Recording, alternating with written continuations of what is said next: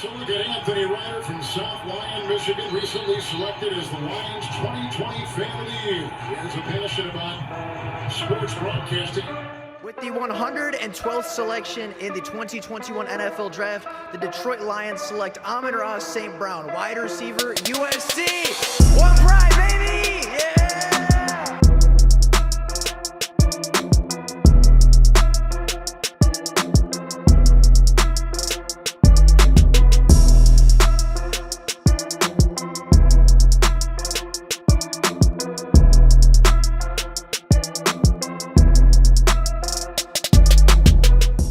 What is going on, everybody? Welcome back to another Detroit Lions video. Now, the Detroit Lions have kicked off their final stretch of OTA practices, and with that being the case, we've seen a lot of this Detroit Lions team so far. We've seen two different weeks of OTA practices. We've seen a full mandatory minicamp, and this is the last chance we're going to get to see the Detroit Lions for a few weeks at a time until training camp officially gets underway. And today, I want to talk about some news and rumors surrounding the Detroit Lions. I want to talk about some players that are standing out. I want to talk about some players that have high expectations. I want to talk about some players that maybe are failing to meet expectations thus far, as well as a coach that needs to be talked about and needs to be given a little bit more respect. So with that being said, let's get right on into taking a look at the Detroit Lions' newest batch of news and rumors.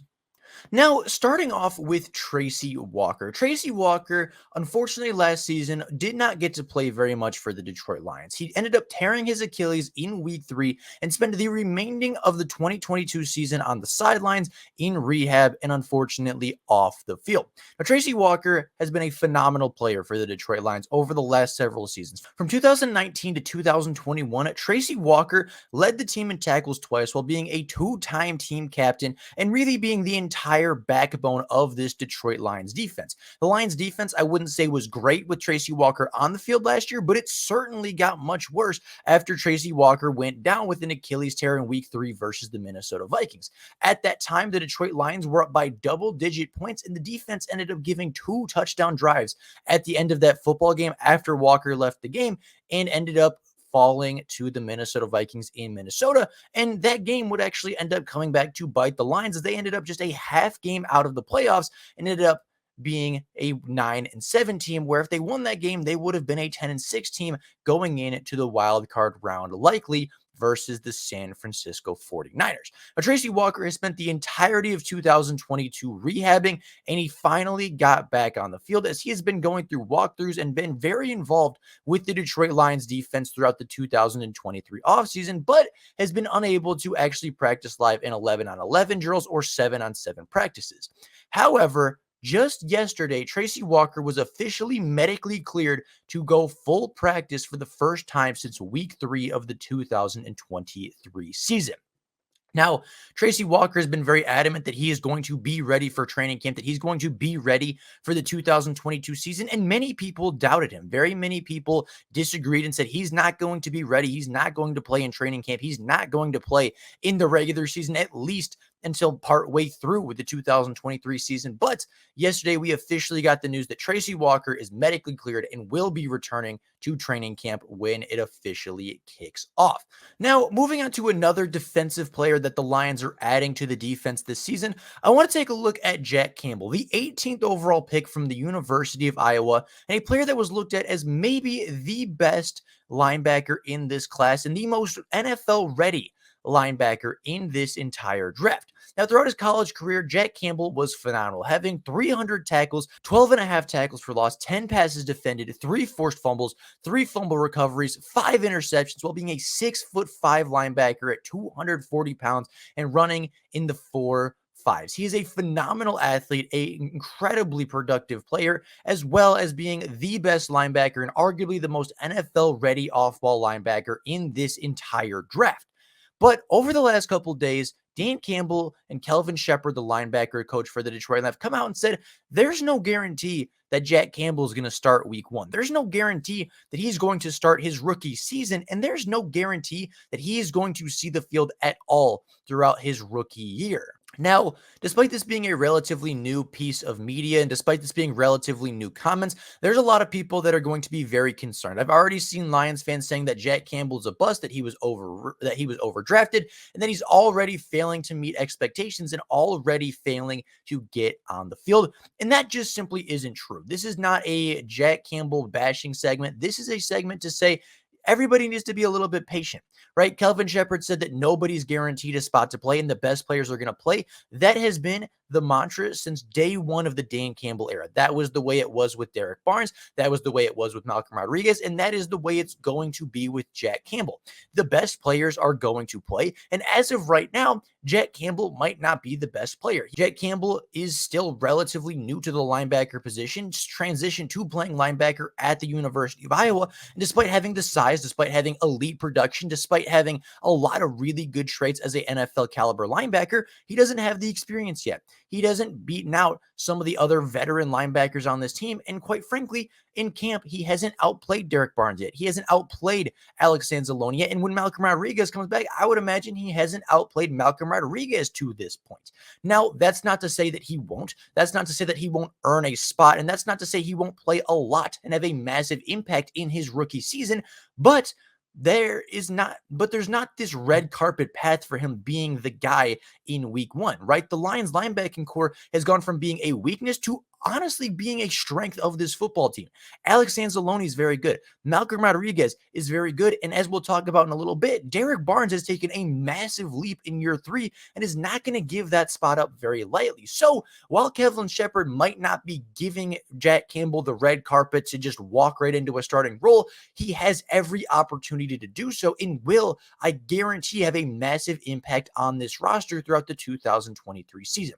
Now, speaking of Kelvin Shepard, the Detroit Lions linebacking coach, he has been a phenomenal coach since he first stepped on the sideline of the Detroit Lions practice field, coaching up the linebackers. Now, he's been here since the first day of the Dan Campbell regime. I believe he was actually one of the first players to be signed as a coach on this Dan Campbell regime, and he has been one of the best coaches on the staff ever since.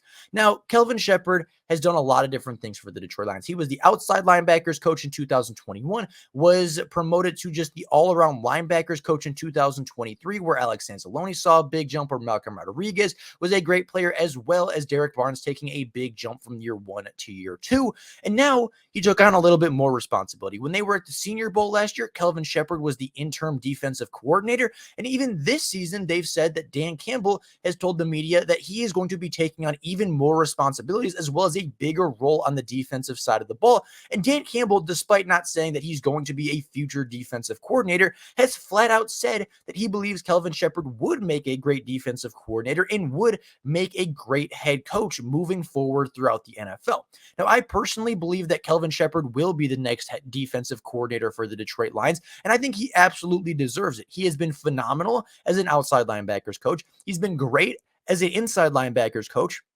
He was good as a defensive coordinator at the Senior Bowl 2 seasons ago, and now he's taking on even more responsibility, and it seems like he is the guy that the Detroit Lions are trying to groom in order to become the next defensive coordinator if and likely when Aaron Glenn moves on to be a head coach somewhere else in the NFL. And I think Kelvin Shepard is not only prepared for it, I think he's going to thrive in that role when the Detroit Lions eventually do elevate him to that official defensive coordinator role. Now, one player that Kelvin Shepard's likely going to be coaching as that defensive coordinator is going to be Aiden Hutchinson, the second overall pick from 2 drafts ago, a player that in his rookie season put up 9.5 sacks, 9 tackles for loss, 15 quarterback hits, 30 quarterback pressures, 3 interceptions, and 2 fumble recoveries, on his way to being secondly voted for Defensive Rookie of the Year, but winning Pepsi Rookie of the Year via fan vote, as well as being nominated as one of the best defensive rookies in the entire NFL. Everybody knows who Aiden Hutchinson is, and everybody knows Aiden Hutchinson was arguably the best rookie in the entire NFL last year and was definitely the best rookie pass rusher in the NFL last season. But new defensive line coach John Scott says we might not even see Aiden Hutchinson scratch the surface yet, as Aiden Hutchinson has the potential to be an elite pass rusher in this league, according to defensive line coach John Scott.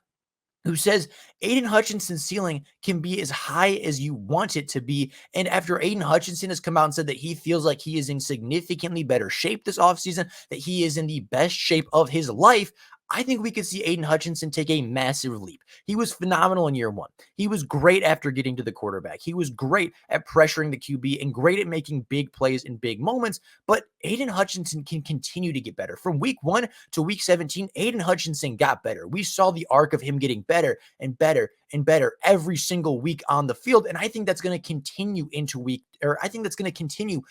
year 2 as Aiden Hutchinson is going to step on the field and be an alpha pass rusher. He's going to be in better shape. He's going to be more caught up with NFL speed. He's already going to have a full rookie season under his belt, and I would not be surprised if we see Aiden Hutchinson even getting close to that 15 to 20 sack mark next season, because I think that's the ceiling Aiden Hutchinson can have in the NFL as soon as 2023. Now, I mentioned earlier in the video that the Detroit Lions are in the middle of their last week of OTAs. Yesterday, today, and tomorrow are going to be the final OTA practices and the final practices in general until the Detroit Lions kick off mandatory training camp a few weeks down the road.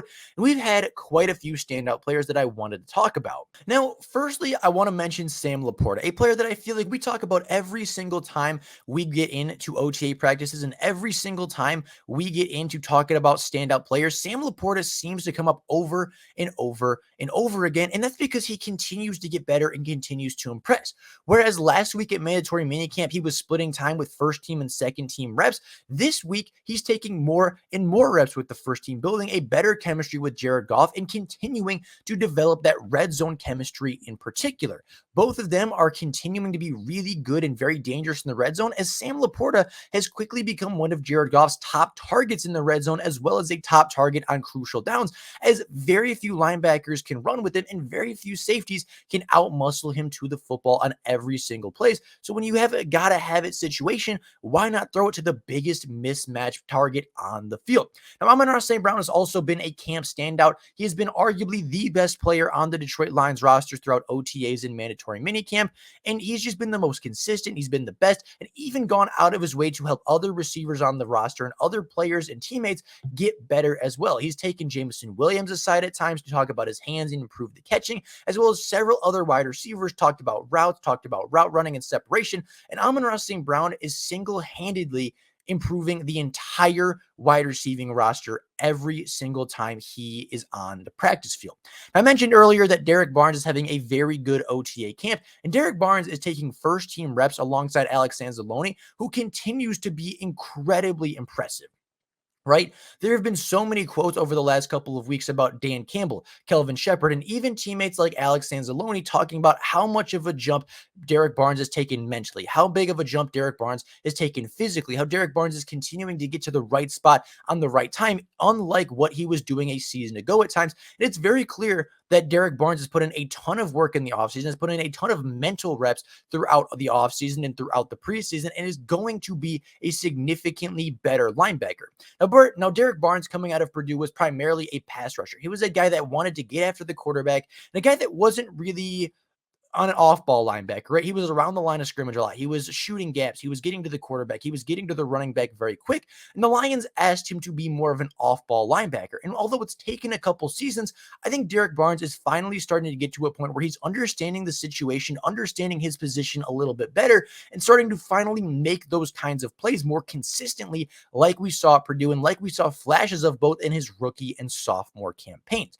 Now, everybody seems to be incredibly high on Derek Barnes this offseason, and even though he may not start, even though Malcolm Rodriguez might end up getting the start, even though Jack Campbell might end up jumping him by the end of training camp, there is no doubt in my mind that Derek Barnes will have a massive role in the 2023 Detroit Lions defense, and I think he's going to continue to play very, very well. Now, Starling Thomas V has been one of the top UDFA targets for the Detroit Lions over the last couple of weeks, and he's continuing to play very well at OTAs. He's been a standout special teams player, showing his speed, showing his aggressiveness, showing his willingness to tackle and hit, even though it is a non-tackle practice. He's kind of pushing that to the limits, being incredibly physical as a defensive back and drawing a couple pass interferences, but getting a ton of PBUs and not allowing a single catch, not allowing a single easy catch, I should say, on any wide receiver in all of OTAs. Now, CJ Gardner-Johnson did end up missing last OTA segments as he missed the second week of OTAs, but he did return to mandatory minicamp as well as the third week of OTAs, and you can tell there's a difference in attitude when CJ Gardner-Johnson is on the field. The confidence has changed. The swagger has changed on the field. The DBs talk more to the wide receivers and frustrate the wide receivers more, as well as just playing with more confidence. And on top of bringing a swagger to the team, on top of bringing a confidence to the team, unlike anything we've seen since Darius Slay, CJ Gardner-Johnson has been arguably the best defensive player in coverage. He's been beaten maybe 2 times throughout all of the OTA and minicamp practices, and he is just never beat, and he's always talking. He always brings that attitude and always brings big plays to this Detroit Lions defense, and it's been infectious. It's been infectious on guys like Starling Thomas, guys like Brian Branch, guys like CJ Gardner, guys like Kirby Joseph, guys like Cam Sutton and Jerry Jacobs and Emmanuel Mosley, and the entire Detroit Lions secondary is continuing to build that confidence and continuing to play better every single day. Now, Brian Branch is a player that had a very slow start to the OTA practices, didn't actually ended up playing in rookie minicamp, nor did he play the first week of OTAs, but going through the second week of OTAs, going through the mandatory minicamp, and now getting into the third week of OTAs, he has been one of the best and most versatile defensive pieces on the second string defense. He's played linebacker, he's played safety, he's played nickel cornerback, and this week he was used a lot more as a blitzer, getting after the quarterback and being kind of a wild card on the defensive side of the football. Now, although he didn't lead Alabama in tackles for loss last season, Brian Branch was second on the team with 14 tackles for loss, only behind the second overall pick in Will Anderson, only behind the third overall pick in the NFL draft, Will Anderson, as Brian Branch is a great player when he's around the football. You put him around the line of scrimmage, he's going to get tackles for loss. If you blitz him, he's going to get to the quarterback or he's going to get to the running back. You put him in coverage, he's going to get PBUs, he's going to get interceptions, and he's going to make massive hits. And Brian Branch has stepped onto the field for the first time and has been a phenomenal player. Very much worthy of the steal of the draft label he's already getting, and already been one of the best and most versatile pieces for that second string defense. Now, the last secondary member I want to talk about today is Kirby Joseph. Kirby Joseph is a player that everybody knows. Kirby Joseph is a player that everybody on the Lions likes, and a player that was a breakout, standout rookie a season ago. But a lot of people are talking about how Kirby Joseph is improving this offseason, how he's going from being a great player on the field, but kind of being that quiet rookie who's put his head down and learn, to being a vocal leader and a vocal playmaker on the second side of the ball for the Detroit Lions. They're talking about how his confidence has taken a massive jump, and with that, his play has taken a massive jump. I don't know if there's been a single day where they've gone through a team practice and Kirby Joseph hasn't had an interception. He's had at least 3 during team periods already through 7 practices, and we're continuing to see Kirby Joseph be an elite playmaker with the ball in the air as he's becoming a vocal leader on the defense. He's becoming an emotional leader on the defense and in the locker room, and playing with a new level of confidence, which is unlocking a new level of production for the second-year safety from Illinois. So, with all that being said, that is the newest news and rumors of the Detroit Lions. A lot of information and a lot of things to talk about with the Detroit Lions. There is so much hype and so much excitement around this team that it is so fun to talk about. But with all that being said, that is all we have for you guys today. Let me know down in the comments below what you feel about any of the things we talked about today. Let me know what you think about Tracy Walker's return, what we think about Jack Campbell not necessarily having the red carpet rolled out for him to start, what we think about Kelvin Shepard becoming the defensive coordinator, or Aiden Hutchinson taking a massive leap in year 2, as well as all of the standout players throughout OTAs and how you think this team is going to look in 2023. I'd be very curious what you guys have to say and what you guys think about this team so far. But with all that being said, that's all I got for you guys today. If you enjoyed the content, please go down below and subscribe to the channel. Helps the channel out a ton. And if you hit the bell notifications, you will never miss an upload. But with all that being said, thank you all so much for watching. And until next time, and as always, go Lions!